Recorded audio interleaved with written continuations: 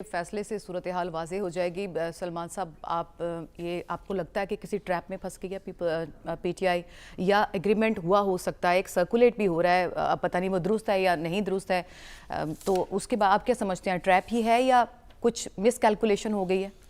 देखिए, इस वक्त तक की जो सूरत हाल है कि पीटीआई की लीडरशिप तो जेलों में बंद है और पीटीआई जिनके हवाले की गई है उनके दरमियान भी कन्फ्यूजन है, चूँकि ये पाकिस्तान के अंदर वकला लीडरशिप है। इसमें बैरिस्टर गौहर हैं, हामिद खान साहब हैं, शुएब शाहीन साहब हैं, शेर अफजल मरवत साहब हैं, लतीफ़ खोसा साहब हैं। अगर आप उनके बयानात भी देखें तो वो भी कंट्राडिक्टरी हैं। और जहाँ तक अब तक की सूरत हाल में असल चीज़ जो है वो सुप्रीम कोर्ट का फ़ैसला है, और सुप्रीम कोर्ट के फ़ैसले से ये सारी कन्फ्यूजन ख़त्म होगी, या उनको बल्ले का निशान मिलेगा या नहीं मिलेगा। जिस मुआहदे का जिक्र आप कह रही हैं वो मुआहदा ये है, मेरे पास मौजूद है, और उसमें एक फ़रीक के दस्तखत हैं और ये डेट है 30 दिसंबर 2023 की। मुआहदे में जो चीज़ें लिखी हैं वो तो इसलिए नेगेट हो गया ना कि जब एक शख्स ने ख़ुद ही प्रेस कॉन्फ्रेंस कर दी और उसने कहा कि हमने टिकट्स जारी ही नहीं किए।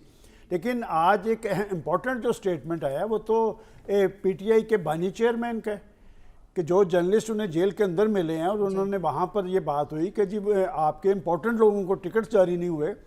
उन्होंने कहा कि मेरे से तो मुशावरत नहीं हुई, मैं तो नहीं बता सकता 700-800 टिकट्स के वाले से मेरे साथ किसने मुशावरत करनी थी। लिहाजा ये आपने जो लफ्ज़ इस्तेमाल किया कि वो जो बी प्लान है वो तो हवा में उड़ गया इस प्रेस कॉन्फ्रेंस के बाद।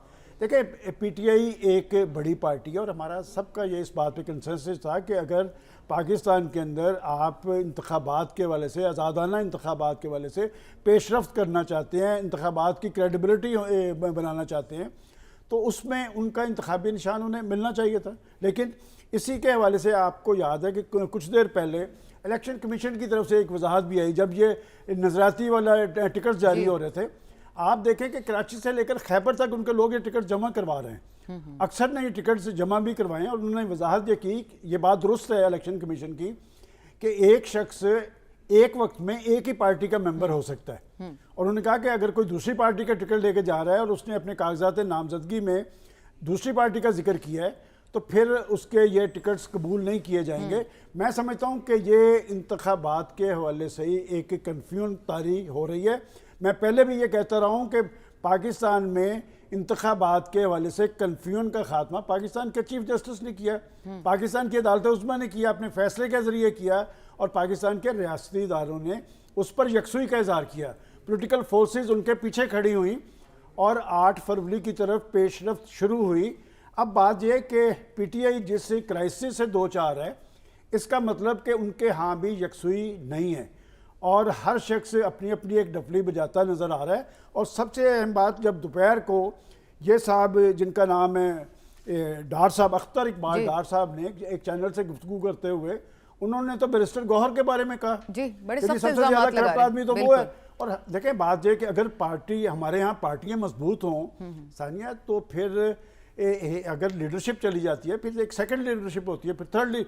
मैं पहले दिन से यहाँ पर कह रहा हूँ कि उनमें से सबसे संजीदा आदमी अगर पार्टी के अंदर कोई था तो वो हामिद खान था, कि वो बानी रुकन था।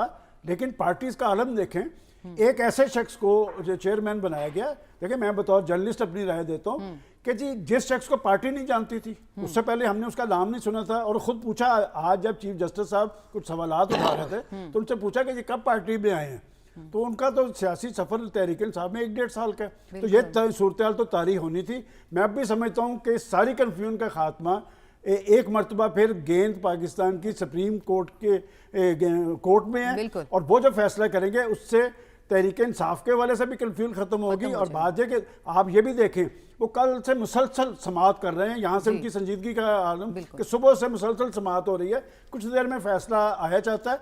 हर दो सूरतों में फैसले मामलात में पेशरफ्त होगी। हम अब भी समझते हैं कि पाकिस्तान का 8 फरवरी का होने वाला इंतखाब जो है वो कंट्रोवर्शियल नहीं होना चाहिए, इसलिए कि आज पाकिस्तान की बड़ी ज़रूरत ये है कि पाकिस्तान के अंदर मजबूत हुकूमत कायम हो। मजबूत हुकूमत हमेशा आज़ादाना और शफाफ इंतखाबात के नतीजे में कायम होती है, और अगर जो ये सूरत हाल तारी हो रही है इससे सूरत हाल में कन्फ्यूजन बढ़ेगी और सुप्रीम कोर्ट के फैसले के बाद हम ये कह सकेंगे कि मामला किस क्लैरिटी आएगी और सुप्रीम कोर्ट के फैसले का ही इंतजार है सबको और ख़ास तौर पे पीटीआई को।